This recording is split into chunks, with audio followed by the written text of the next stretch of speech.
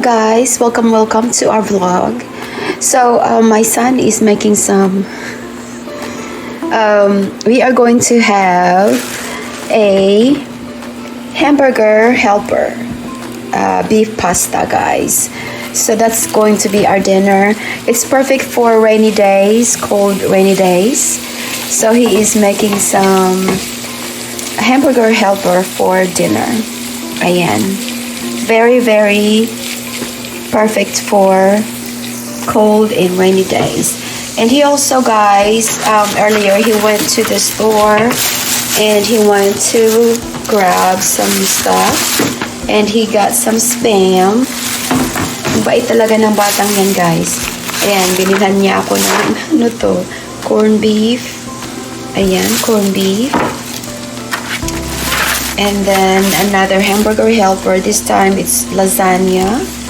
Ayan. Lasagna. And this one is cheese macaroni, hamburger helper. We cook them a whole lot, guys, especially on a cold weather and we want something comfort food. This is comfort food. And then, of course, the Oreo cakesters. Ayan. He went and got those. Ano pa bang binili niya, guys? Pumunta siya kanina sa tindahan. And he has bought some bacon for breakfast. Alam mo naman kami, guys. Mahilig kami sa bacon. Ayan yung binili niya. And then bumili rin siya ng milk. Ayan. And then he bought some honey barbecue chips. Ang hilig niya talaga, guys, sa abubot ng snacks. Ayan, napuno na ng snacks. Ito pa, guys. He's got some fudge striped cookies. Ayan, marami siyang mga merienda niya. Ayan. Ito yung sa akin. Yung Spam. At saka yung corned beef. Ayan, and we have that. So, let me go ahead and get this done, guys. And guys, so he has browned the meat and he likes it really brown, like cooked. And then so the ingredients for that, guys, are 1 cup of milk. Ayan, 1 cup of milk, and then mix it.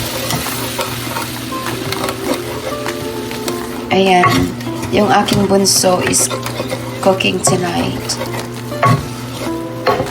There you go.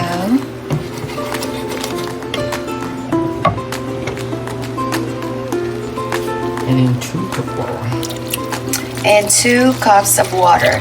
So the whole bottle, guys, I didn't know. This whole bottle of water is consists of 2 cups of water already. So we just went ahead and added 2 cups of water, and then it's asked for 2.5 cups. So we added half a cup of water, and then we went ahead and add our I guess the seasoning that comes with it. Pangpayami, guys. Ayan. And then just mix it up. And what you do normally is you keep mixing it up, guys, every once in a while, so that you actually have to let it simmer. And then now we're adding the noodles or the pasta. There you go.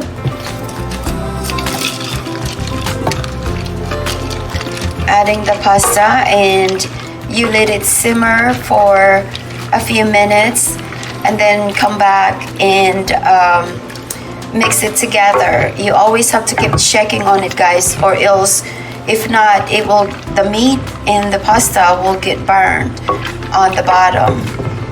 So like after it simmers for a few minutes, then make sure that it's not burned on the bottom, and just lower your temperature. Okay, Alright, so we will be right back. It's nice. Ayan, look at guys. So it has simmered for a few minutes, and looks, the sauce is getting thicker, and it is just a hearty comfort food. Ayan, so that's what we're gonna have for dinner. At saka naghahanap din ako guys ng yung mainit ba na parang sabaw na medyo malaman or something. So this is perfect for tonight. Ayan, so we are going to let it simmer a little bit more. We're gonna make the sauce really thick. Not too thick, but just, you know, to have still a little sauce but has thickness to it. So that is our dinner for tonight. So we will be right back. So here it is guys. Ayan, luto na siya. Luto naman din talaga siya guys. It was already cooked, but we just wanted it to be a little thicker. Ayan, kainan na guys. Kainan na.